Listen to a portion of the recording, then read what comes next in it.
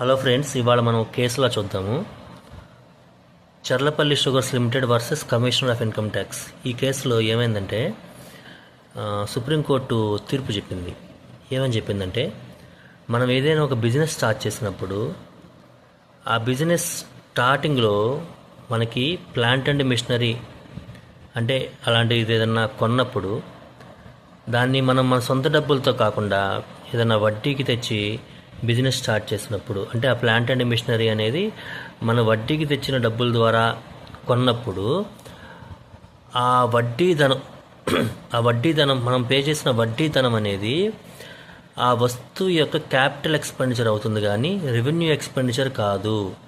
అంటే ఆ ఎక్స్పెండిచర్ని మనం section 36(1)(3) of the income tax యాక్ట్లో మనం డిడక్ట్ చేయలేము.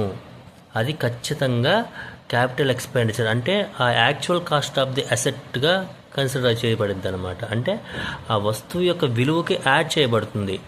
దాని మీదే మనం డిప్రిసియేషన్ కానీ లేదంటే డెవలప్మెంట్ రిబేట్ కానీ మనం కన్సిడర్ చేయాలన్నమాట. ఇది సుప్రీంకోర్టు చెప్పిన తీర్పు.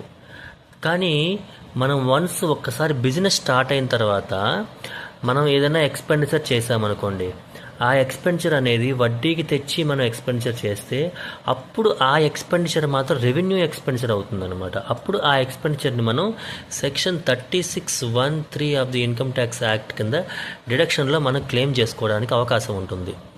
ఇదే మనకి సుప్రీంకోర్టు చెప్పిన తీర్పు.